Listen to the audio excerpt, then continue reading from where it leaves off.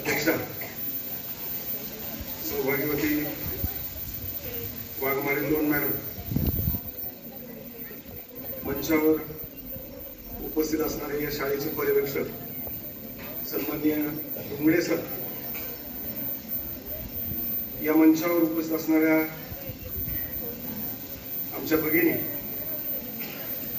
सौ Upadhyay madam, Shrimati विळेगाव madam, सौ अपेक्षा मिंड मॅडम, शिंदे सर आणि माझे सर्व सहकारी मित्र, विद्यार्थी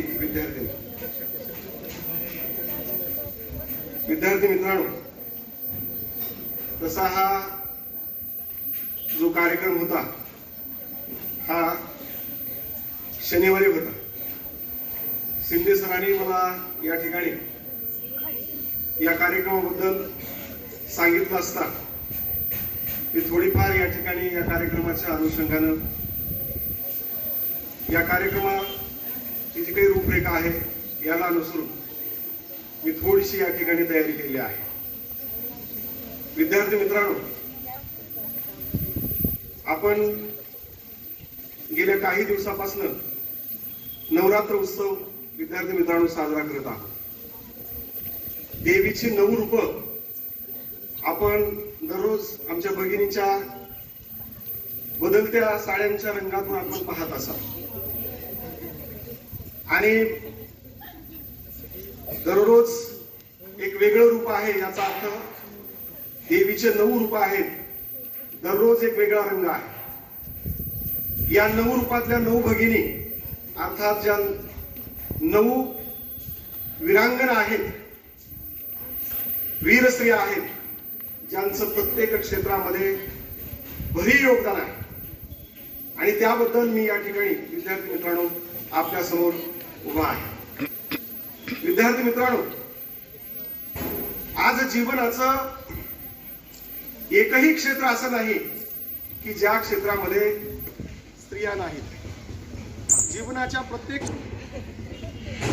जीवनाचं असं एकही क्षेत्र नाही की ज्या क्षेत्रामध्ये स्त्रिया नाही.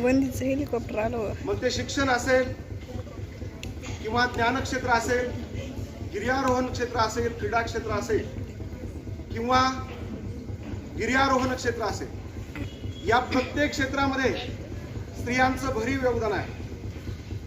मी या ठिकाणी सांगत असताना स्त्रीचं पहिलं रूप सांगणार आहे तर ते म्हणजे शिक्षण क्षेत्रात.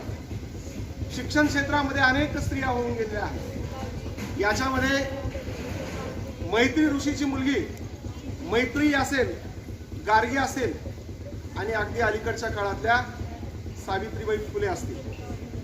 सावित्रीबाई फुले आणि ज्योतिराव फुले या दाम्पत्यानं 1848 मध्ये पुण्याच्या भिडेवाड्यामध्ये या देशामध्ये मुलींसाठी पहिली शाळा सुरू केली.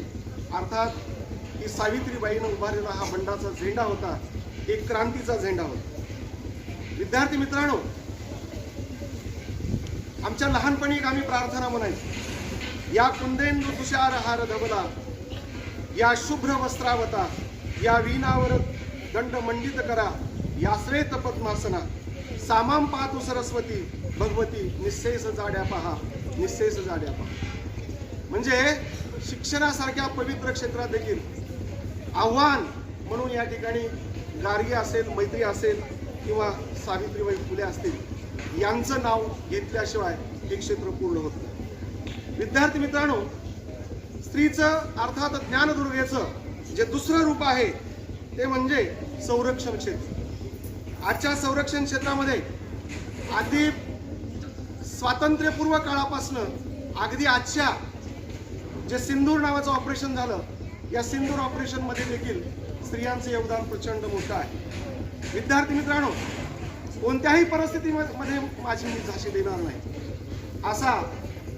अशी घोषणा ज्यांनी दिली ती म्हणजे झाशीची राणी असतील, कॅप्टन लक्ष्मीबाई सहगल असतील किंवा पहिलगामच्या हल्ल्याला उत्तर म्हणून भारत सरकारनं जे सिंदूर ऑपरेशन राबवलं, या सिंदूर ऑपरेशन मध्ये त्या ठिकाणी सोफिया कुरेशी नावाची जी एक कॅप्टन होती, तिनं देखील या ठिकाणी एक महत्त्वाचं योगदान या ठिकाणी दिलं आहे.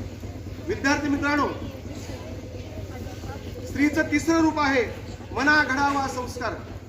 संस्कार देणाऱ्या जिजामाता असतील, श्यामची आई असेल या किंवा हिरकणी असेल, हिरकणी असेल किंवा श्यामची आई असेल किंवा जिजाऊ असतील, यासारख्या महिलांनी अर्थात जिजामातांनी शिवराय घडवला, लक्षात ठेवा. त्याच्यानंतर श्यामची आई याने पांडुरंग सदाशिव साने नावाचा एक भावना प्रधान कवी या देशाला देण्याचं काम या ठिकाणी केलं आहे. म्हणजे संरक्षण क्षेत्रात देखील या ठिकाणी किंवा संस्कार क्षेत्रात देखील स्त्रिया या पाठीमागे नाही. विद्यार्थी मित्रांनो, स्त्रीचं चौथं रूप आहे परिचारिका, ज्याला आपण मराठीमध्ये परिचारिका म्हणतो, त्याला इंग्रजीमध्ये नर्स असं म्हणतात. अगदी परिचारिका या क्षेत्रामध्ये भारतामध्ये पहिली नर्स म्हणून या ठिकाणी मला काशीबाई गणपत हिचं नाव या ठिकाणी सांगता येईल. काशीबाई गणपत असतील, राधाबाई सुपा नारायण असतील किंवा रमाबाई रानडे असतील, या भारतातल्या प्रसिद्ध परिचारिका म्हणून या ठिकाणी नाव लौकिक त्यांनी कमवलेलं आहे. विद्यार्थी मित्रांनो, स्त्रीचं पाचवं रूप आहे हे म्हणजे वैद्यकीय क्षेत्र. भारतातली पहिली महिला डॉक्टर म्हणून जिला गौरवण्यात येतं ती म्हणजे आनंदीबाई जोशी. यांचा जन्म 31 मार्च 1965 झाला होता. अगदी 14व्या वर्षी त्यांचं लग्न झालं आणि 2 वर्षानंतर त्यांना जे मूल झालं ते मूल अगदी वारलं आणि वारल्यानंतर एवढा आनंदीबाईने धसका घेतला की माझ्यासारख्या ज्या स्त्रिया आहेत यांची मुलं भविष्यात मरू नयेत, दगावू नयेत, आणि म्हणून त्यांनी प्रतिज्ञा घेतली आणि त्या डॉक्टर बनल्या आणि डॉक्टर बनून त्यांनी प्रचंड रुग्णाची सेवा केली. अर्थात डॉक्टर अशा तशा बनल्या नाहीत, तर त्या डॉक्टर ऑफ मेडिसिन अर्थात MD डॉक्टर बनल्या. स्त्रीचं 6वं रूप सांगता येईल विद्यार्थी मित्रांनो, गिर्यारोहण क्षेत्रामध्ये अगदी देवीचं प्रचंड रूप असतं. अष्टभुजाधारी जिला आपण रूप म्हणतो, या क्षेत्रामधली धैर्यलक्ष्मी म्हणून जिचं नाव मला सांगता येईल. भारतातली पहिली गिर्यारोहण करणारी जी स्त्री आहे ती म्हणजे बचेंद्री पाल. हिनं पहिल्यांदा एव्हरेस्ट शिखर त्या ठिकाणी सर केलं. विद्यार्थी मित्रांनो, 8,848 मीटर उंच असणारं हे जे एव्हरेस्ट शिखर आहे ते एव्हरेस्ट शिखर तिने 24 मे 1954 या दिवशी सर केलं. म्हणजे गिर्यारोहण क्षेत्रामध्ये देखील स्त्रिया अगदी पाठीमागे नाही. विद्यार्थी मित्रांनो, 7वं रूप आहे स्त्रीचं ते म्हणजे विज्ञान क्षेत्र. विद्यार्थी मित्रांनो, गणपती अथर्वशीसामध्ये एक वाक्य आहे, त्वम ज्ञानमय त्वम विज्ञानमय, म्हणजे तू ज्ञानमय आहेस आणि तू विज्ञानमय आहेस. भारतातली पहिली महिला शास्त्रज्ञ विज्ञान क्षेत्रातली तिचं नाव आहे विद्यार्थी मित्रांनो कमला सोहनी अर्थात भागवत. तिचा माहेरकडलं आडनाव भागवत आहे. कमला सोहनी या भारतातल्या पहिल्या महिला शास्त्रज्ञ आहेत. यांना अनेक पुरस्काराने देखील भारत सरकारनं सन्मानित केलं आहे. स्त्रीचं 8वं रूप आहे क्रीडा क्षेत्र. क्रीडा क्षेत्रामध्ये आपण विद्यार्थी मित्रांनो नाव ऐकून असाल, कर्णम मल्लेश्वरी. ज्या क्षेत्रामध्ये फक्त आणि फक्त पुरुषांचंच वर्चस्व असतं वेटलिफ्टिंगमध्ये, या वेटलिफ्टिंग क्षेत्रामध्ये कर्णम मल्लेश्वरी तिनं आपलं करिअर त्या ठिकाणी निर्माण केलंय. आणि या स्त्रीचं अगदी शेवटचं रूप आहे म्हणजे समाज सेवा अर्थात समाजसेवा लक्ष्मी.